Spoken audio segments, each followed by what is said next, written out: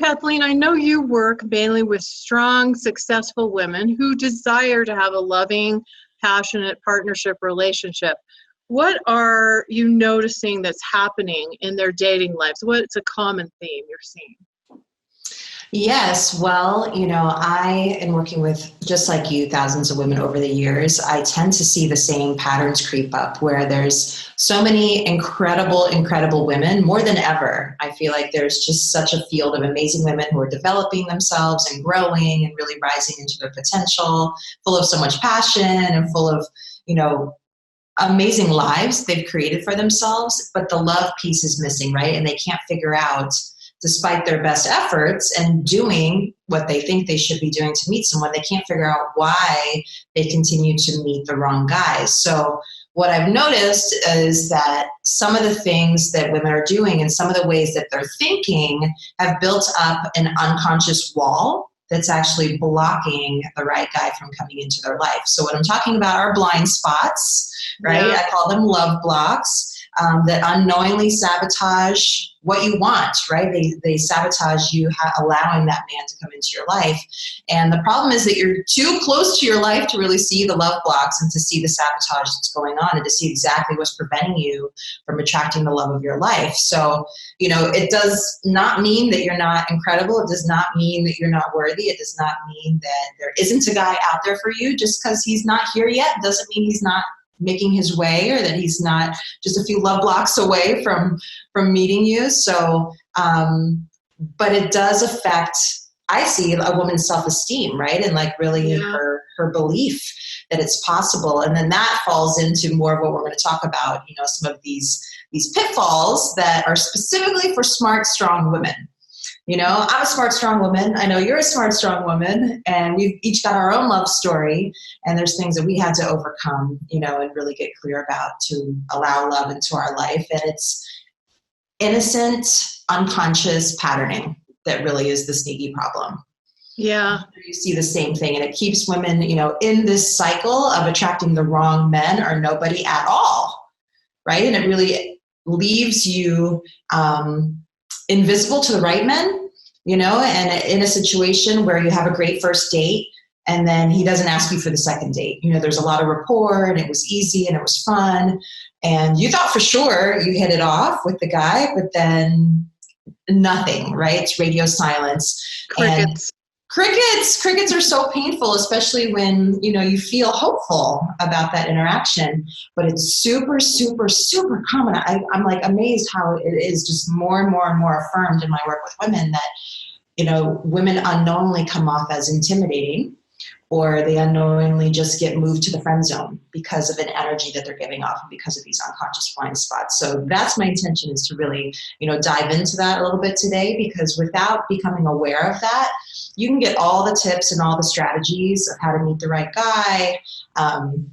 But if you're not uncovering these big problems, you're going to just want to stick your head in the sand, because you'll be so frustrated from all the effort and spinning your wheels, and you'll end up exhausted and exasperated and wondering it's even worth it to put the effort in. So we want to equip you so that you're in your power and you're able to recognize these patterns for yourself and start to flip them, so we can call in the right guy for you this year. Right, Michelle? That's our mission. That is our mission, for sure. And I'm so resonating with what you're talking about, because I know, as you mentioned, we both had our own lumpy, bumpy road to love.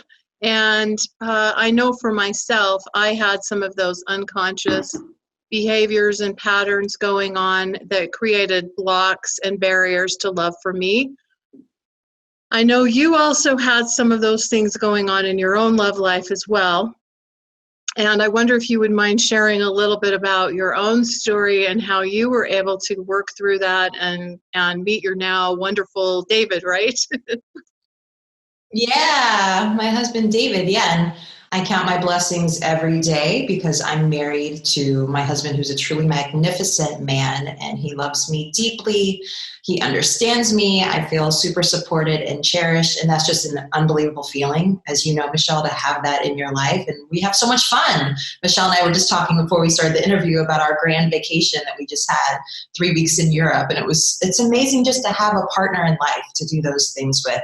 But it wasn't always like that for me. I've been in all of your women's shoes. If you're here listening to me now, I know that exasperated feeling when you're wondering, why is love happening for everybody else, but it's not happening for me? And when I was single, I did everything to try to find love. I got set up. I was online. I went out with friends, to meet guys on the weekend. I was putting myself out there, but I had terrible results. And my single life basically vacillated between two extremes. I was either attracting no one, and it was like the desert of deserts, or it was raining men, but it was not the right type of men.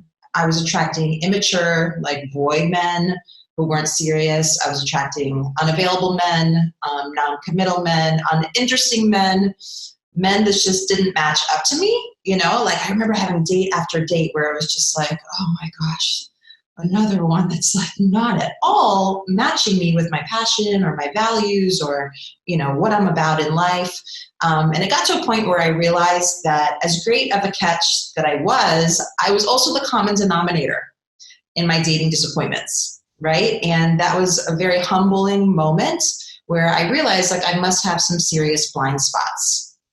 There's something that has to be off about my approach to finding the right one. There has to be something off about my energy. So I dove into discovering, what that was going on with me and clearing out my love blocks and my blind spots and finding the solution.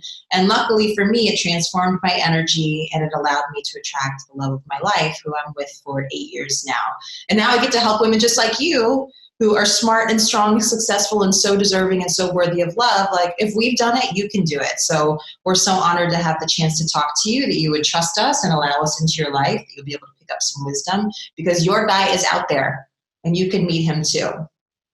Yeah, I think it's great too, Kathleen, because you and I are living, breathing evidence of women that have walked this path and have walked this journey. And we understand and know that pain and that frustration and that angst of having other aspects of your life going so well and feeling so stuck and frustrated in this area of life. And we promise you there's hope. So that's one of the intentions for this series and for this conversation, is to give you hope. But to have that hope, sometimes we have to go a little deeper and uncover some things that we might not have seen before, or at least be willing to explore that. So I know that you are going to share with us 3 surprising pitfalls that smart single women experience in their love life. So what's the first one? Yes, so let's get into it. So the first one is that you have a fuzzy vision of your man. So like you, Michelle, I've worked with hundreds of smart single women who are truly amazing. They're kicking butt in their life. They're driven. They're accomplished.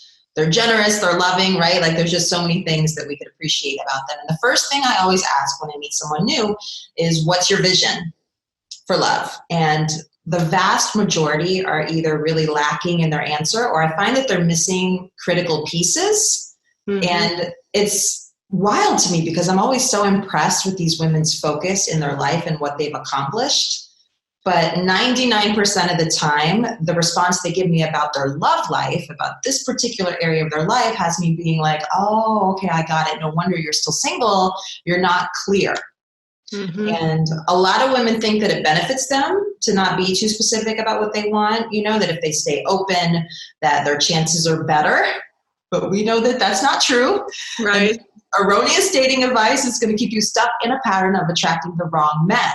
So if you have a fuzzy vision, there's likely that there's a few things happening. This is what I've discovered over the years. It's either A, that you aren't really sure what you want, maybe because like me, you didn't have enough relationship experience to help inform you, or you haven't maybe devoted the time to flushing out what it is you want. I found that B, a lot of women are afraid. I guess the way I would say it is that they aren't sure if what they want really exists. Mm-hmm. So they're afraid to name it. And then C is that you just don't know how to create a vision that works. Like maybe you've made a list or you've done the things you're supposed to do, but it's still not working out. So if you haven't properly developed your vision, this is a big pitfall. It sends out an incoherent, confusing signal. The signal that's responsible for you attracting love into your life. So your energy and your clarity are what attract the love of your life. So if you are not clear, he is getting repelled.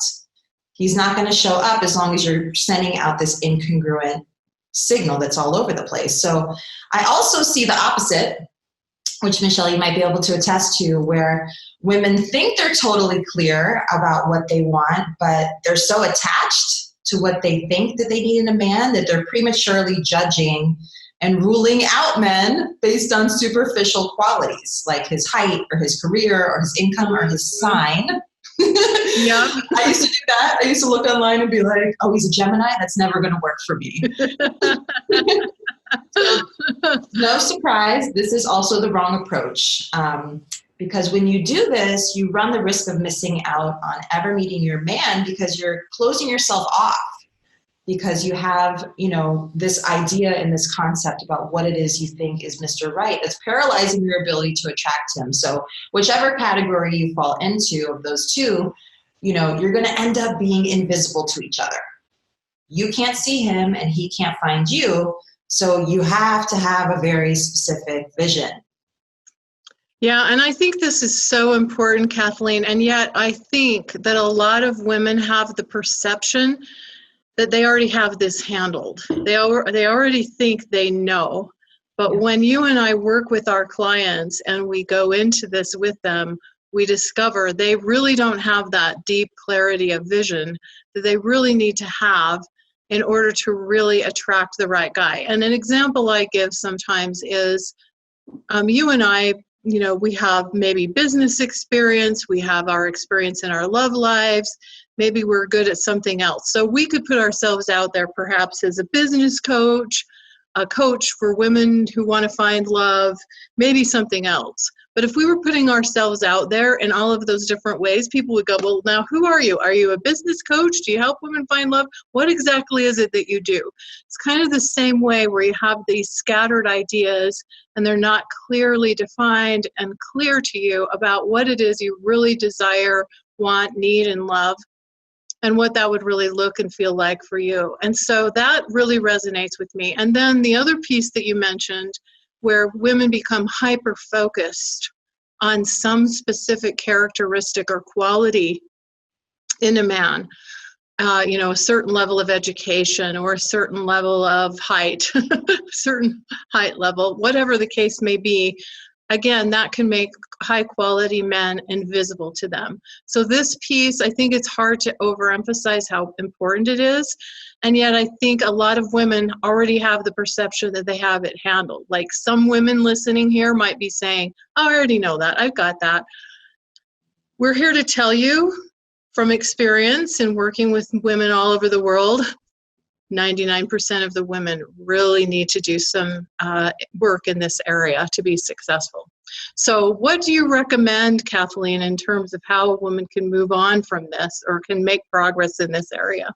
Yeah, and I love that metaphor, that comparison to work. It's so easy to see like, okay, I get it. Yeah, if I'm labeling myself as all these different things in my profession, it's going to send out the wrong signal. So it is with your love life. And yes, I agree with you that yes, 99%, there are these things that you don't know that you should have because you do have to have a very specific attraction profile in order to call in the love of your life. I call it your king's attraction profile. So your king, in my language, is the man who's especially designed to love you. And when you're with him, it's going to feel like home.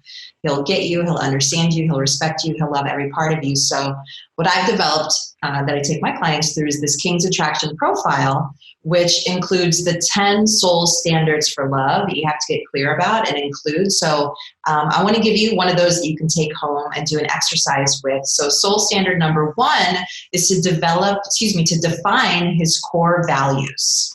So these are the attitudes and the beliefs that matter most to him that he naturally embodies. So examples of core values are honesty, humility, compassion, fun, growth, ambition, presence, love, generosity, kindness.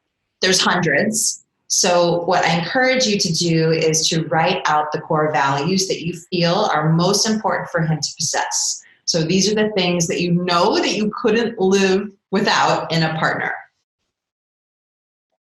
Yeah, I think that's so important because I think at the end of the day, having values, having those core values defined and those things that you really couldn't live without is so essential and so important, because how else are you going to really recognize or see the right man if you don't know what those are? And also, in my belief system, I believe that having core values that resonate are far more important than some of the other things that women can get hyper focused on, like that height or where they come from or their sign or whatever the case may be, right? Yeah. And you know what? Women fight me on foregoing the superficial qualities. Like I've had numbers of conversations over the years where women are hyper-focused on the income or the height, or certain background things that they see as non-negotiable. And love is coming for you in the perfect package. That why I call this soul standards is because your soul knows better than your mind could possibly know what's right for you, what you need, what will heal you, what will allow you to surrender into unconditional love. So the mind usually writes the list. So if you're listening and you're thinking you've got it, that's a sign that you're probably coming from your mind, which is normal. That's what most of us do. But your soul has a deeper need and a deeper quality. So we're talking about bringing a bit of a more spiritual perspective to it, where you can surrender, what you think you need, and then tuning into your heart. And these core values, this is where you have to be met, right? Like for me, when I was getting clear in my single days, it was like, what are the things that I have to be matched in my life? Like for me, one of the core values was that he would be spiritual, right? Like that we would be able to share, like that was just super important to me, to share that, to share our worldview, and to share also a passion for making a difference in the world. Like that was, purpose was a core value, because I wanted to be met and matched. So you get to choose what you want. So you can design, what are those core values? What are those things that in your heart, day in and day out, you want to be met and matched in that place? Because the rest will work itself out. The universe will deliver you love in the perfect package. It might not look exactly how you expect, and that's the beauty of it. My husband is not the height and is not the age of what I had on my list, but he is so much better than I could have ever imagined. And I didn't have that foresight, when I was back in my single days. Yeah. Yeah, that's beautiful. So let's talk about the second surprising pitfall that you see. Yes. So this sort of tag teams with pitfall number 1. Pitfall number 2 is that you think you're ready for him, but you're not. So I want you to pay close attention to this, because there's thinking you're ready, and then there's really being ready. And I find that 90% of the single women that I meet are not ready, and that is why they're still single. So what the heck do I mean by this? Well, it comes down to your energy. And there are 2 types of energy. There's what I call contained energy, and there's what I call leaky energy. So in order to be really ready for your man, you have to have contained energy. So contained energy is basically, it's when you've had enough dating and fun, and now you do not want to share your energy with any men who are not a true potential life partner. So that means that you're very discerning about who you'll spend time with, who you'll kiss. And having sex at this point is being reserved for the love of your life. You're done sleeping with anybody who isn't the one. So when you have contained energy, you're essentially now saving yourself for your man. And this energy is really effective at attracting a man who is serious about having a relationship. Mm-hmm. Okay, so that's the key. Like you get in that energy where it's congruent, where it's like you're all in on being ready for love. So how you share yourself with men is going to match that, because you want a guy who's in the same place. You don't want to attract a guy who's a player or sleeping around or not sure what he wants. You want a guy who's clear also. That'll be the same energetic attraction point. So the second type of energy that I mentioned is leaky energy. So listen up to this one, because this is super common pitfall that I see. And when your energy is leaky, it basically means that it's spread all over the place because you're keeping your options open, right? Which is natural and normal. And leaky energy is when you're actively dating and playing the field and you're sharing your energy in non-commitment type relations with men. So that can look like, maybe you're seeing a couple of guys at once. Maybe you go out with your friends some nights and you end up making out with a random guy. Or maybe you have a one-night stand. And you also don't have to be actively dating in order to have leaky energy. It also happens when you're just having serious doubts and insecurities and you're out of the dating game altogether. So at this point, Michelle, we're talking about energy, and all of this is working at an unconscious level, right? So what's really important here is for you to know that all the activities that you do really do have an unconscious impact on the outcome that you want, which is to find your man. So of course, like single men out there don't know what you're doing with your dating life. They don't know who you're emailing with or who you're texting or who you're kissing. I mean, you're not even in contact with your guy yet. So how could this affect him on a literal level? It affects him on an energetic level. The way that you act and what you think is always impacting what you attract into your life, even if you don't know it. Mm-hmm. So I always find it helpful, Michelle, like you just related this to business. I do the same thing. I find it helpful to relate it to something more tangible, money and business. So every woman here who's listening knows if you wanted to make more money, you need to focus your energy and you need to focus your attention on things that make more money, right? And stop doing the things that are leaking money. You're not going to do things that waste money, and you're not going to waste your energy on things that don't make money. You're just going to focus on the things that create that result for you and for your business, right? So it works the same with relationships, only here we're not talking about money, we're talking about love. And love is not as concrete as money, but you still know it's there. It's still an energy that you can feel. So when you do certain things, they leak love out of your life because they're not giving you what you want. So when you do that, you're sacrificing your time and your life energy and spending time with men that aren't going to give you what you truly deserve. So this is so important that I've developed signs of leaky energy. So I'm going to share what those are, Michelle. There's 7 signs of leaky energy. So ladies, listen up. See if any of these are true for you. So sign number 1 is that you stay in communication with exes. Sign number 2 is secretly pining after unavailable men. So this could be guys you work with or, someone at the cafe, the barista at Starbucks who has a wedding ring on. Number 3 is flirting with men that are taken. So that's when you're taking it overtly, right? And you're actually flirting and interacting with them. 4 is wasting time with players. We've all probably done this in our life. I was guilty of this, hoping that something would change. It doesn't. It won't. Number 5 is having casual flings. Number 6 is fantasizing about men who never make a move. This is a big one. I had a friend of mine who was so excited about this guy on Facebook that she got recently friended with. And she's like, we're such a match. And, his career is similar to mine. We're both passionate about helping people. Our age is about the same. Oh, look where he's from. Oh my God, look at what his date of birth is. So I know what his sign is. She's like, he's like perfectly matched for me. And they've never even met, right? There's been not even a direct message or a text or anything. So you got to watch yourself if you're fantasizing about men who don't make a move, because that's leaking energy. That's leaking focus. It's going to keep you stuck in this pattern of attracting the wrong men. So finally, number 7, the 7th sign of having leaky energy is dating men that you know aren't right for you.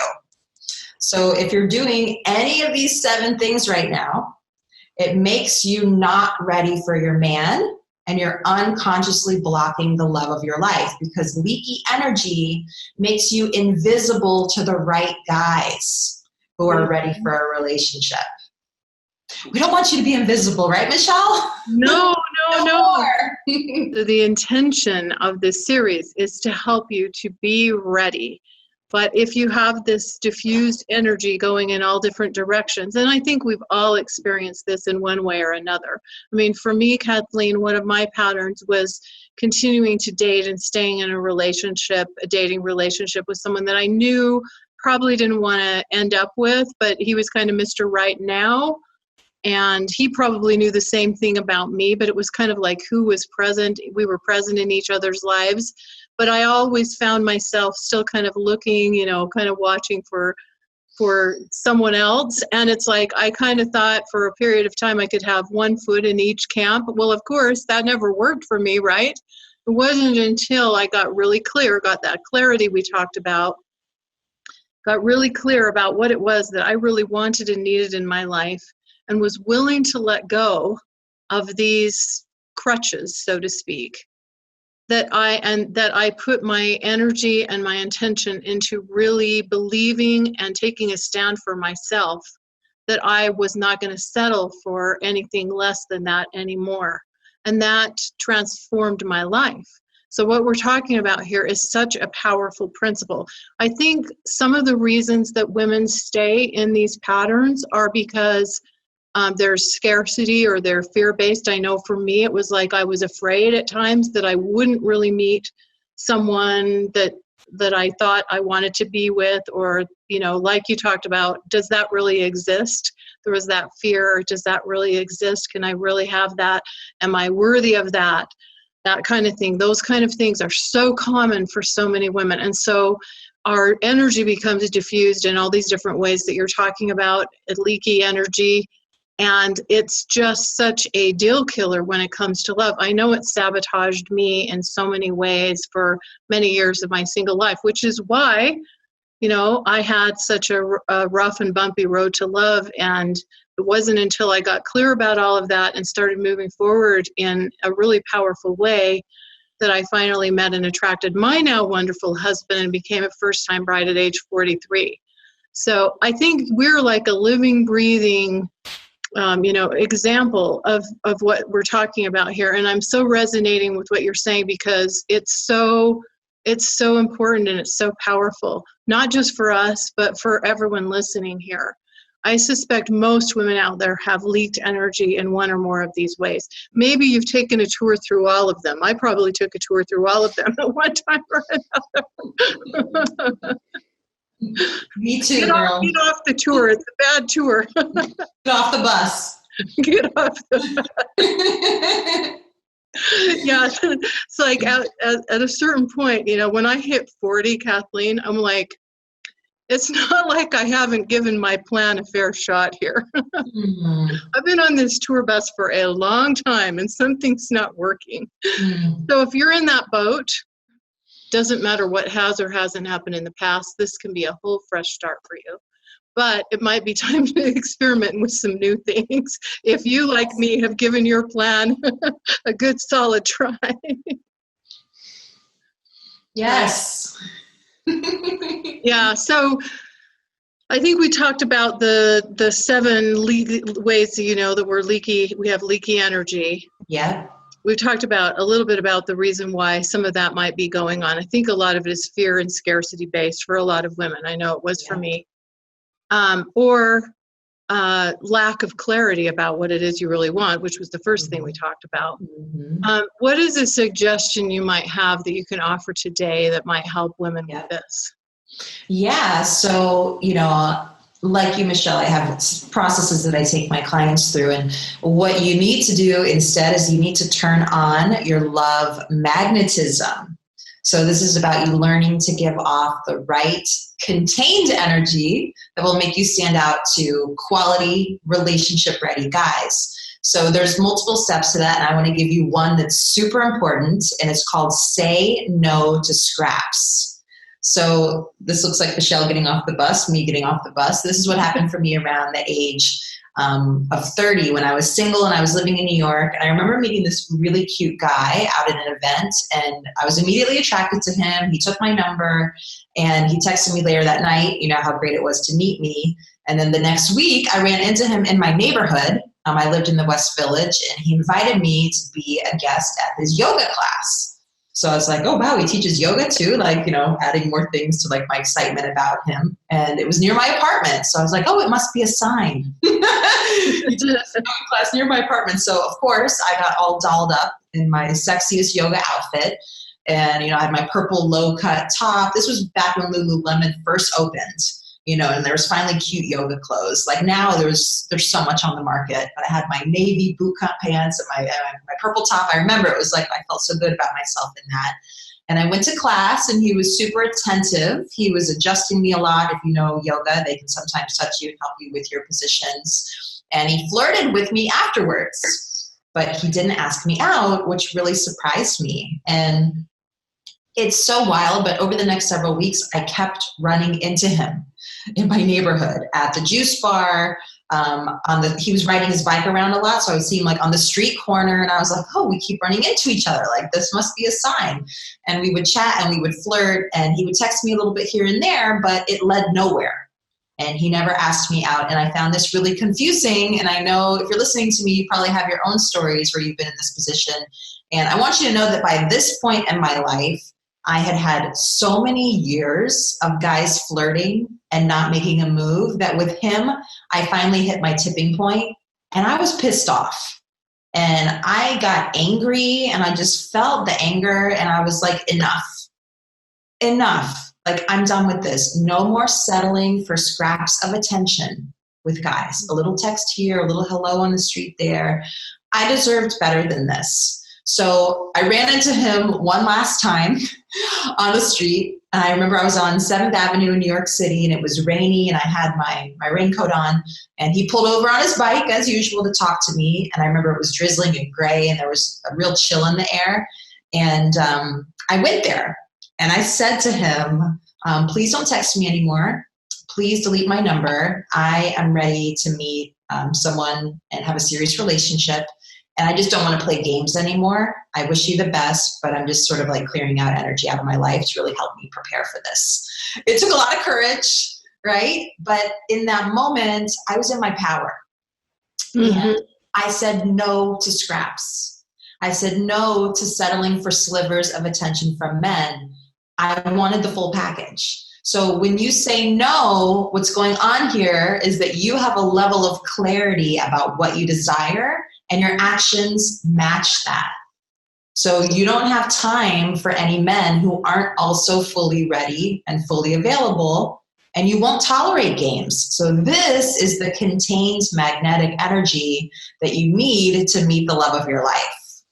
Mm-hmm. Say no to scraps.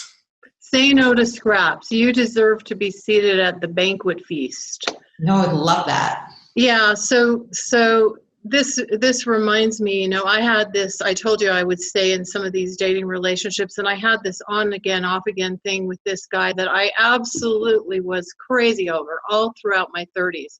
Was on again, off again, on again, off again, but he never really was able, for whatever reason, or willing to kind of step up and take things to the next level. But he was so irresistible to me, and I couldn't imagine that I would be any more attracted to any guy in the world.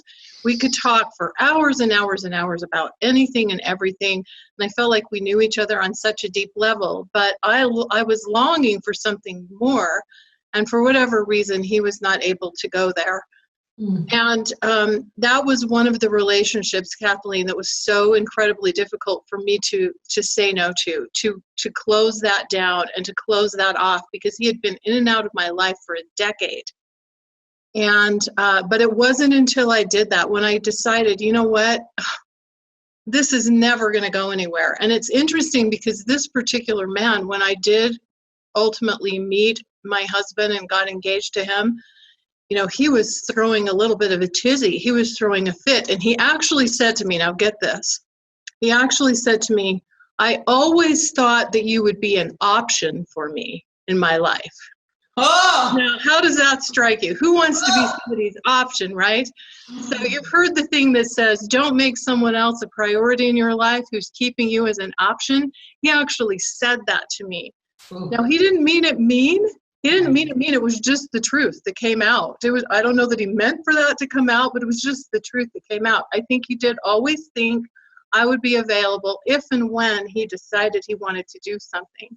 But it wasn't until I shut that down. This is this energy thing we're talking about here. It wasn't until I shut that down and shut down these other things that I'd been holding on to or dabbling around with for so long, and got that clarity about what I really wanted, desired, and deserved, and stopped settling for scraps, as we're talking about here, that I was able to move forward. So yes. Yeah, I don't know how many women out there have actually had a man say, I always thought you'd be an option for me, but that's a true story.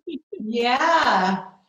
Ooh. Pretty Yeah, crazy, huh? You took your power back in that situation, girl. Mm-hmm. And that's really what's necessary, is to have the courage to look at all the ways that you leak your energy for scraps and slivers of attention. You know, you have to be willing to get real and really take responsibility for that and see how you're contributing to attracting that energy in your life. And it does require having an abundant attitude, you know, and to be able to say, thank you, but this isn't enough for me. Yeah. Thank you. It requires more. Mm-hmm. Yeah, and it requires confidence, and it requires faith. And Agreed. It requires you valuing yourself enough to do this for yourself. This is something no one else can do for you. You said it. Yep. We're your champions. So we could talk all day about this one, I know. We Because could. It's both loaded. of us are like, oh, yeah, you got to do this, girl. Yep, and we've been there. Mm-hmm. Yeah. So I know we promised 3, so we better talk about number 3. We better talk about the third. Let's do it. So the third pitfall is that you're too good at being single. So you are a brilliant woman, and whatever you put your mind to, I know that you not only accomplish it, you excel at it. So of course, you've masterfully created an amazing life for yourself, and I bet that you're passionate about your work. I bet you've got great friends. I bet you've got hobbies. I bet you travel. I bet you buy yourself great clothes, you treat yourself to handbags or a vacation. What's true is that you organize your time in your life exactly how you like it. You don't have to answer to anybody about how late you work or what you're having for dinner. You know, sometimes we just have an avocado for dinner or a bag of chips or something. You don't have to answer to anyone about how much you spent on that handbag or how long you've been binge watching your new favorite show on Netflix in your pajamas without showering, right? These are things. Right. So let's face it, you know, as a single woman, you're supremely skilled at designing a life that works perfectly for you. But here's the problem. You've gotten way too good at this, and it's hurting your love life in 2 major ways. So the first way is that you're unconsciously sending men a signal that you're good and you don't need a man in your life. So when new men come into contact with you, you're giving off the impression that invisibly sends them the signal that you're good, you don't really need a man in your life, and you give off a vibe of being committed to your independence and satisfied in your singledom. So that makes you come off as intimidating, or it lands you in the friend zone. It can go one of 2 ways. A man is going to sense that his role is already being filled by you, and he's not going to see you as a romantic prospect. So the second thing that's happening is that it covers up the pain of having no one to share your life with. So you might be like, okay, Kathleen and Michelle, like, is this a positive thing? No. Or sorry, isn't this a positive thing that you're not feeling the pain, you know, of having no one to share your life with? It's actually a problem, because if you want to attract the love of your life, you cannot lose touch with that feeling of being alone and not being okay with that. So this is a bit of a paradox. So on one hand, you need to live your life and love yourself up so that you're happy on your own and you're not looking for someone to rescue you. And on the other hand, you must also recognize that there's a hole in your life because your man's not here yet, and you must recognize how that makes you feel. So you have to let yourself long for him. You have to long, and this feeling acts like a magnet that draws love into your life. And if you're too busy and you're totally distracted by your amazing and full single life, the signal does not occur and you'll not attract him. So we got to look at that. I'm sure you see this going on in your clients as well. Yeah, and in fact, you know, it reminds me of an experience I had with my husband. So my husband had dated this incredible woman prior to dating me, and I didn't know her well personally, but I kind of was friends with friends, and she's the kind of woman that is just incredibly accomplished, and she would send out holiday letters that would say, like in January, I ran a marathon. In March, I opened a school for the blind. I'm exaggerating a little bit. But each month there was some major, huge event or accomplishment. And just reading this Christmas letter, I can remember reading it one year and thinking, I'm exhausted just reading it. I'm like, who could compete with that? So at one point, when I could tell that things were moving along nicely with my husband, I thought, I'm just going to ask him what happened there, because this woman is so incredible and amazing. Why didn't he snatch her up and marry her? Because I knew they had something going there for a while. And he said something interesting. He said, she is so amazing. She's so incredible and beautiful. He said, I just didn't sense that there was really a place for me in her life. I didn't really see where I fit. Mm-hmm. And so I describe this as I got this attitude, right? Yes. It's like, I got it. It's about that being so good at being single that perhaps a man doesn't even see where he's needed or where he might fit or where he can make a difference. And yes, we're not talking about 50s styles housewife stuff here. Mm-hmm. We're talking about a man still needs to know that his presence in your life makes a difference for you, that there's a place that he makes a difference and that he matters and that he can add to your already amazing life. And so I just thought that was really interesting when he shared that with me. And I'm sure that's not what she intended to give off. I'm sure that's not the intention of what she was wanting to convey and how she was showing up. Yeah, agreed. And that's a perfect story and a perfect example to segue into, what I want to help you ladies here listening understand how to get yourself out of this habit. We want you to avoid this mistake of being too good at being single. So, you don't get passed by in the way that this woman did that Michelle just spoke about. And the way that you do that is by tapping into your queen energy. So your inner queen is empowered. She knows that she's a great catch. She knows that she deserves to be with an amazing man, and she isn't willing to settle for less. So the queen in you is also vulnerable. She shows her true feelings and her true emotions. And ladies, to be vulnerable does not mean that you're weak. It's quite the opposite. Vulnerability is a woman's true power, and your inner queen owns this, because when you're vulnerable, you have the courage to be real and to let yourself be seen. And your vulnerability is your greatest strength as a single woman. It's very attractive. And it's what King Caliber, right? King Caliber is like relationship ready. He's healthy. He's available. He has the capacity to love you in the way you deserve. They're drawn to this energy, just like Michelle was just articulating about her husband. So, they value your vulnerability. They value that softer side of you. They live for that, and they would do anything to protect and provide for that part of you. And as a strong single woman, you need a man like this. You need a King Caliber guy. So we need to have you tap into your queen energy. So I want to give the gals a key for how to do that. Is it okay, Michelle? Sure, please. Okay, so specifically, there's multiple keys of how to tap into your queen energy, but key number 1 is called nurture the void. So the queen in you knows that nothing can fulfill you the way that love is going to fulfill you, and she's done with being so good at being single.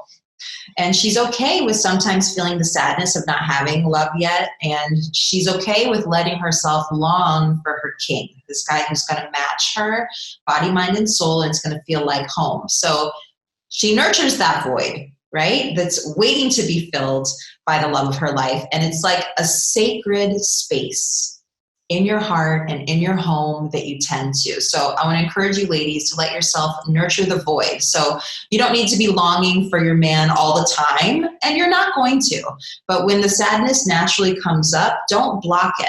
Most women ignore it or stuff it down with food or wine or Facebook or shopping or Netflix. We have so many ways we distract ourselves and avoid feeling. You have to allow it. Let that tenderness come up. So maybe it comes up when you hear a song on the radio when you're driving to work, or maybe it's at the mall where you see a couple, kissing and just being really loving with each other. Whenever that happens, I always say, like mark it, like, oh, that's what I want. Oh, my heart aches for that. Like value it and mark it like it's sacred. It's such a beautiful energy to cultivate. Mm-hmm. Yeah, it's a way of honoring and acknowledging that desire, which is there for a reason. And I believe that if we continue to push it down or ignore it or try to avoid it, it does ourselves a disservice, because it's almost like you're energetically saying to yourself, what you so deeply desire doesn't really matter, when you know, in fact, that it does. Amen. Yeah, so that's really, really beautiful. Well, this has been such a great and wonderful conversation, and I think there's so much here for women to think about and experiment with and to begin dancing with. And I really appreciate your generosity in sharing these things, Kathleen. My pleasure. My pleasure. Yeah. So, Kathleen, thank you once again for joining us. Really appreciate you and appreciate your contribution and your friendship, and really love what you're up to in the world. And ladies, Kathleen and I are sending you lots of love. Bye for now.